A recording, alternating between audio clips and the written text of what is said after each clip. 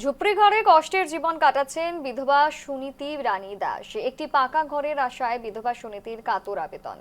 দিন কয়েক আগে পড়ে হাত ভেঙেছে, অনাহার অর্ধাহারে কাটছে জীবন।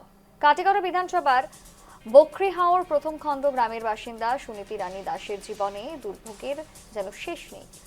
স্বামী প্রয়াত কুলেন্দ্র চন্দ্র দাসের মৃত্যুর পর থেকেই চরম দারিদ্র্যের সঙ্গে লড়াই করে বেঁচে রয়েছেন তিনি। দীর্ঘদিন ধরে প্রধানমন্ত্রী আবাস যোজনার অধীনে একটি পাকা ঘরের আশায় থাকলেও এখনো সেই সুবিধা পাননি বলে তিনি জানান। ঝুপড়ি ঘরে কষ্টের জীবন কাটাচ্ছেন বিধবা সুনীতি রানী দাস।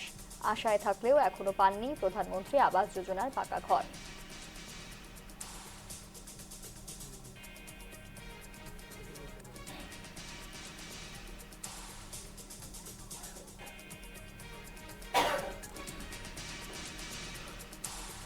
সুনীতি রানী দাস, গ্রামের নাম? বকরিয়ার প্রথম খণ্ড, আনোয়ার ভার, সমষ্টি? কাঠিগড়া, আপনার গৃহ নম্বর? 127 ক। এখন আপনার কি প্রয়োজন? এখন আমার তো একটা প্রধানমন্ত্রী আবাস যোজনার প্রয়োজন। কতবারে দরখাস্ত করছেন? আমি তো 3-4 বার করছি। 3-4 বার করছেন? হয় আপনি পাইছেন? আপনার নাম আছে, শুনি নিলাম যাই না। আপনার জমিন আছে? না, আপনি সরকারের কাছে কি কি অনুদান লাভ করেন?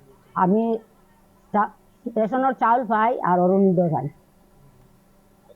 না সরকার থেকে আর কিছু পান? না বিধবা ভাতা এইসব পান না? না।